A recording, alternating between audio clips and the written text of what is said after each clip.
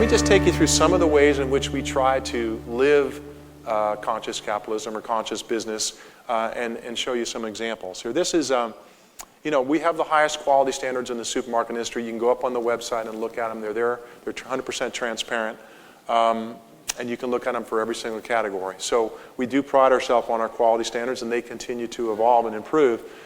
We've done a lot of work around local food, and we're doing that here in Canada as well, like the Beretta beef today, for example, working with them. But obviously, the more stores you have, the more you're able to do that sort of thing. But we've worked hard on our local selection as we've learned to balance between the scale of our company, but also that customers actually want the product. In all my years in this business, I've never seen anything like the demand for local food.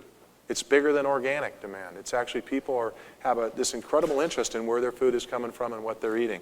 It's exciting to be a retailer and to be able to see that clearly and try to meet that need. Grass-fed beef, here is, I'm just going to take you through some of the local examples and some of the stores. Again, here's some places where we actually, you can go to the website and see the film or the story about these particular producers. This will be coming to Canada. We just got to grow up a little bit here. We just got to keep getting a little scale to be able to do this. And we've actually made baseball cards out of the farmers, made them heroes, because farmers are heroes. And people really dig this stuff. They really like getting to know their farmers. I mean, we had no farmers markets in the United States 10 years ago. We got over 5,000 farmers markets now. It's happened in just 10 years from nothing. So, seafood. We are the first supermarket chain to go 100% transparency on the sourcing of the seafood and to have a third party rated. You'll see the symbols on the case. And we've agreed by Earth Day of 2012 this year to discontinue all red species. So using the power of the marketplace, we're working with our cod producers in Boston to go long line and try to get them to yellow. But that way as a consumer you can come up. We use Blue Ocean and Monterey Bay to certify every one of our seafood species, so as a consumer how your fish is being raised. I'm sorry, but there's a lot of funny business goes on out there in the world, and we're not pretending. We think we're going to try to set a higher bar. And here's a shot of that seafood.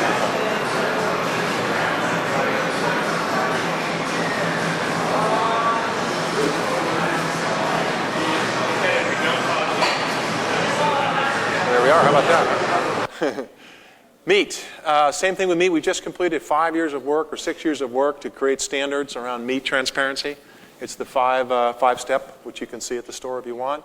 Again, up on the website, all the standards. This was done by pick and shovel work with all the producer groups over a period of 5 and 6 years. We met with the ducks, we met with the turkeys, we met with all these people and created these standards together with the producers and the scientists and the activists to create these standards so the customer can know exactly how the animals are treated. Look, there's a ton of farm animals in this country, and not all of them are treated very well. And ultimately, Gandhi, Schweitzer, all these people have talked about what it says about a civilization, how they are with their animals. And if you're going to eat them, at least give them a good life until you do, sort of thing. And this gives you the information as a customer. Back to the Unilever guy's point is that you're going to have a generation of consumer activists. They want this information. They deserve this information. Okay, and there it is in action, the 5-step. You can see it right there, Case. You can. And look, when we started, not every customer is interested in it. They're more interested in who grows the beef. But over time, as I talk to butchers, I hear now 2 people out of 10, now 3 people out of 10. And so you can see this at the store. And there's a little shot about the 5-step. We actually outsourced. We developed it, and then we set up a nonprofit to let the standards go so they can go out there in the world and hopefully change the world around meat production. We got our first. I'm going to put that in there. This guy you'll love. This is Will Harris, who raises beef for us down in Georgia. I don't know if you guys have heard a Georgian accent, but I'm getting ready to play. I'm fixing to play it for you right now. Here we go. My beef is really no different from industrial beef, except it's healthier and it's safer and it tastes better and it's a more humane process for the animal and it's better for the environment. Except for that, it's just like the industrial beef. Hey, go it, come on! You can see that the grass in this pasture that they're in now is pretty much eaten down. But where I'm going to put them has got some good, tall, sweet grass. Go it, come on, yeah! They feel sort of like Moses bringing them to the promised land. Go it, come on!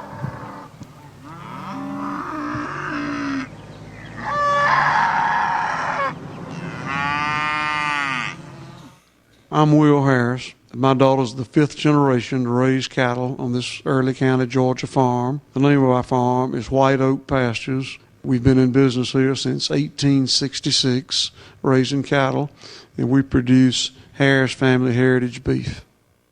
Our cows are born on this farm. They live here all their life. They're never confined in a feedlot. They're able to walk over this 1,000 acres of land. We keep good grass for them. We keep hay before them all the time, even when there's grass growing. Taking care of the animals is just the right thing to do. My grandfather said that you take care of the land and the cows, and they'll take care of you. Will Harris, right? Yeah. Whole trade, our attempt to deal with the products we purchase. We do trade business in 84 countries at this point. These are the standards we created over the last few years around labor and profits to the producers and so forth. Again, all up on the website if you're interested. This is our attempt to take fair trade and go a step beyond. And we've now got over 1,000 SKUs on the whole trade. You can see it on the products right there. It's your assurance that products for purchase overseas are meeting a certain minimum set of standards. Some more examples, particularly in flowers. If you've been to South America and you watch the child labor and the amount of chemicals that are used on producing flowers, you might start to make a different choice. This is our attempt, working with producers, to bring an alternative in the flower category. And coffee, again, we do own our own coffee company called Allegro. I think they do a very fine job buying and roasting. This is Christy Thorne's the only one in the company. The coffee buyer travels more miles than I do. And this was our conversation when we went to Guatemala with a producer. I was trying to understand how much they get paid and actually how it works its way through to the consumer, and how the money actually works to follow the dollar. Right?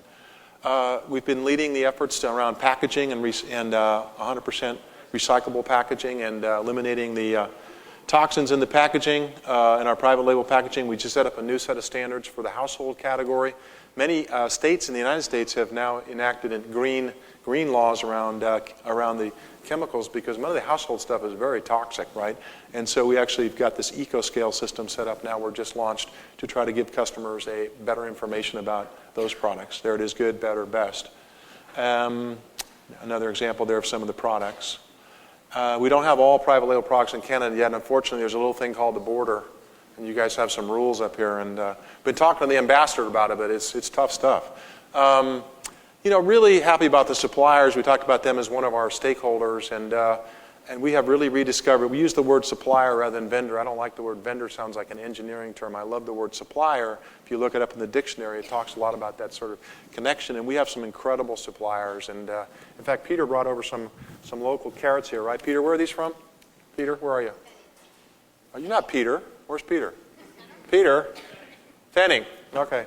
So why don't you guys come up afterwards and help yourself out? Go ahead, Peter. Where are they from? They're just north of Toronto. They've been in the business. They originally came over from Germany. They've been in the business 300 years, and they started in 1980 in Canada, and organic carrots and cauliflower and everything. This is awesome. Brilliant stuff if you try it. Good. Thank you. So we'll come up after and grab a carrot if you want.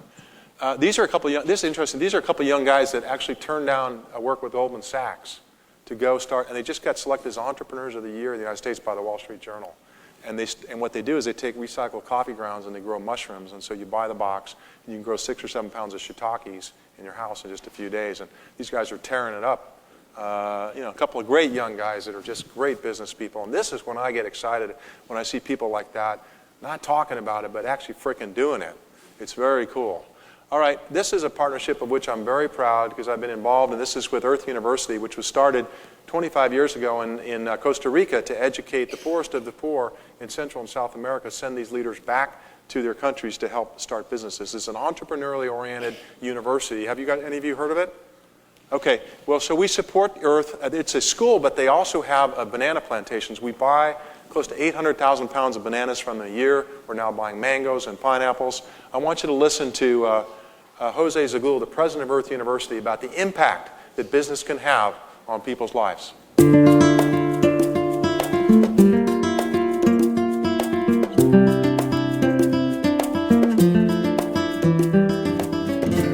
In the last 15 years, since Earth inherited the banana farm, We started producing paper from the production of waste. We're the first farm in the world to recycle the plastic bags and the polypropylene rope that holds the banana trees in the field.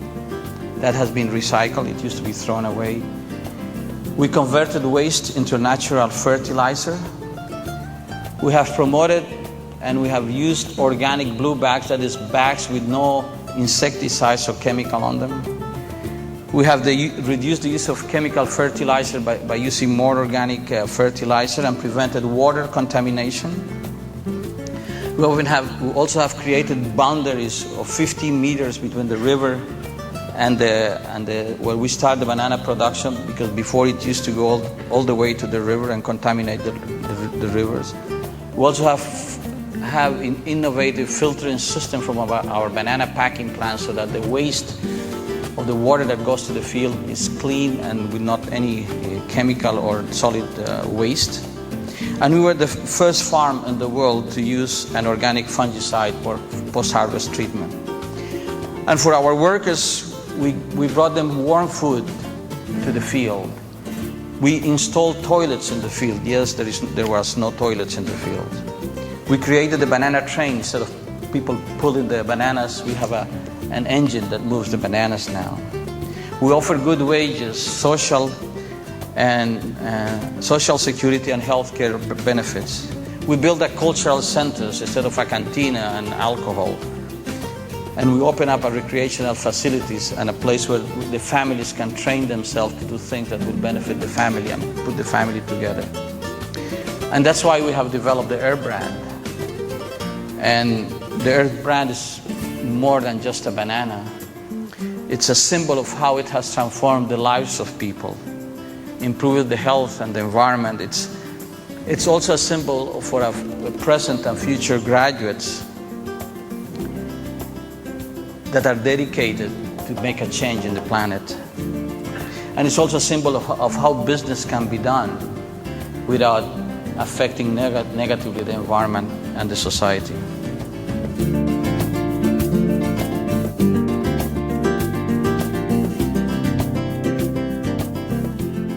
Pretty good music too, huh? I mean, somebody might get up and dance, but more than a banana, more than a banana. And so, healthy eating is. We've also now just put a new core value in for the company, which is the healthy eating, health of our stakeholders, and we've put together these 4 pillars of healthy eating. You know, it's really what we started as a company was about natural food, and so we've got this whole new program of Health Starts Here put together, and you can read all about that on the website as well. And here's some examples of that showing up in the store in the different product categories. And we're just starting these new wellness clubs. We've done 5 experimental wellness clubs in the United States, where it's basically like signing up for an HMO, but you're paying for preventative, you're paying for education services as much as you want, and discounts at the store, helping you make your food selection. So these are pretty. We're going to take this thing, I hope, online next year and spread it much more rapidly. But this is a pretty cool idea. And these are, the wellness club and the supper clubs we've been holding around that sort of idea around people and their health. And so there we have it. Onto the community, another stakeholder. This is, another thinking about capitalism is this idea that the win-win solutions, that this is us holding some sort of a fair in our parking lot. And most people think about you can't have the two together, but really the two really work together. And here we are delivering on bikes downtown, and then this was the example I wanted to show you. We're actually been putting farmers markets in our parking lot. So you would say, well, that seems to be working against your profit. However, if you think about it from the stakeholder perspective, it makes our customers very happy, it makes our team members very proud, it makes our suppliers very happy. So in that win-win scenario, you're maximizing the value to all the stakeholders, you actually come out ahead, right? It's a different way of thinking about things. So